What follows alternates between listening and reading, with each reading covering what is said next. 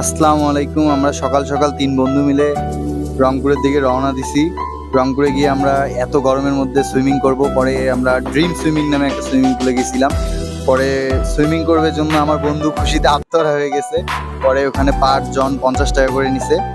পরে আমরা ভিতরে ঢুকি। ভিতরে ঢোকার পর পানি দেখে আমরা আত্মহারা হয়ে যাই খুশিতে। পরে আমরা লাফ দিয়ে সুইমিং পুলে নামার পর আমরা একদম শৈশবে চলে গেছিলাম। সুইমিং পুলে এতই মজা করছি যে শুক্রবারের দিনে আপনারা চাইলে ঘুরতে পারেন। অনেক লোকজন হয়, পানিও অনেক ভালো আছে। আমরা আসলে অনেকেই জানি না যে রংপুরে এত সুন্দর একটা সুইমিং পুল আছে। পরে আমরা ওখানে অনেকক্ষণ লাফালাফি করি, পরে স্কেটিং করি। করার পর আমি যখন উঠতে চাচ্ছিলাম, আমার বন্ধু একটা আমাকে পা টেনে ধরতেছিল, উঠতে দিতেছিল না। পরে আমরা আরো কিছুক্ষণ ওখানে গোসল করি। পরে আমার একটা বন্ধু লাফ দিতে পারতেছিল না, পরে সে পড়ে যায়। পরে গোসল শেষ করে আমরা কাচ্চি ভাইয়ে যাই। কাচ্চি ভাইয়ে গিয়ে দুপুরে খাওয়া দাওয়া শেষ করে বাড়ির উদ্দেশ্যে রওনা করি।